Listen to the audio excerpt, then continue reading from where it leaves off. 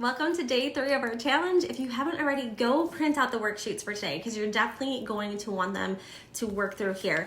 Today we're talking all about practicing stewardship, which is, I believe, a sign of spiritual maturity in us as believers, that we refine and grow the longer we walk with the Lord. And so I felt like this was a really tangible piece and something I had to learn over the course of time in regards to my time and my talents with my business. And as much as I'm not like a time-oriented or like super strict planner by nature, this is something that had a huge impact on my productivity. And so time being a resource that God gives us, it's the only thing that once it's spent, we cannot get more of. We cannot get those moments back. So how you spend your time, what you do with it is so pivotal and important in your entire life, not just with your business. And so Scripture says that he who is faithful with little will be entrusted with much. And then also Scripture talks about in regards to stewardship and in the parable of the talents in Matthew 25, because not only does it prove that those who are faithful with what they've been given are honored and blessed by God, but also those who multiply what God has given are favored and blessed by the Lord. So how can you do that practically in your life and business? Okay, so we've got 2 activities today that I'm going to map out for you, and I want you to pick one of the 2. You can always go back and do the second one later. I encourage you to do that because it's going to really help with your walk, with your faith-fueled business, and give you a personal assessment of where you are and where you want to go. But our assignments today are either going to be stewarding your time or stewarding your talents, okay? And these are really fun, so get excited for them. All right, if you're choosing the time assessment task for today, this is what I want you to do.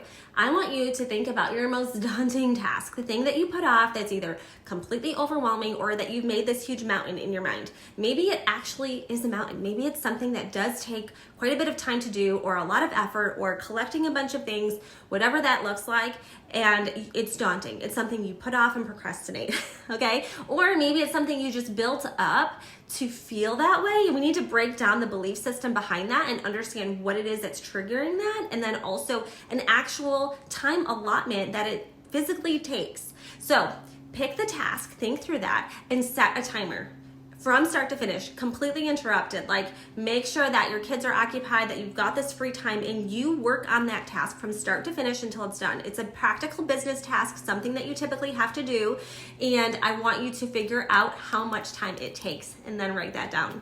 This activity is going to give you an actual realistic expectation of what it takes to complete these tasks from start to finish, so that when you're planning, you understand how much time you have to set aside, and also to help you overcome the obstacle in your mind. So maybe this task that you did today is a lot less time consuming than you actually thought once you put the timer on and saw how long it took to get done.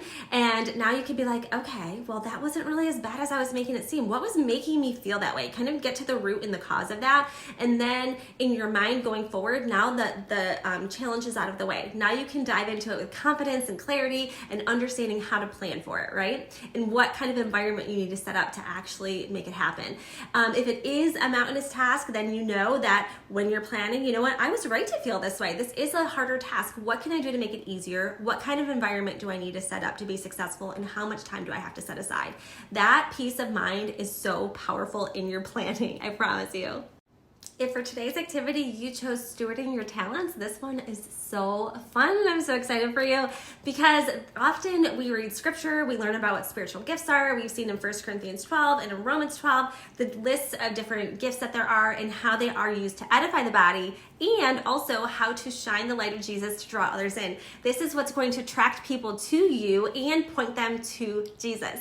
And it's a powerful way you can do this within your business. And so I'm excited for you to learn what this can actually and practically look like for you. So I did provide a link for a spiritual gifts assessment quiz. It's not meant to be like an all in all, but use it as a guide. Use it to kind of, look at what this could be, what you're drawn to, things like that. Journal it out, pray it out, ask friends what they typically see you exhibit as far as gifts, and then listen to the podcast episode I linked there, which is spiritual gifts and understanding how to use them in your business. You will be so excited when you hear how to apply them every day. Here's a common side effect of not working and functioning in your gifts. You'll often feel frustrated, overwhelmed, like hitting your head against the wall, like spinning on this hamster wheel, feeling like I'm doing all the things. Why isn't it, turning out right? And that can be really frustrating in your business because you're, pushing forward, you're trying something new, you're being brave and courageous, you're taking a risk as an entrepreneur and it's not turning out the way you want it to and you don't understand why. It's possible that it's because you're not functioning in your strengths and praying for the areas of weakness that you have that you need to learn and grow in. And so if you started operating in your strengths and maybe outsourcing different areas that you really don't enjoy doing, or learning a new skill, or taking a course, or working with a coach, you can actually function at your fullest. And you would shine in your unique selling proposition because honestly, there is no other you. You are created in the image of God. There is no other person that can do what you do that exact same way. And so that's what's going to bring your people to you for your brand.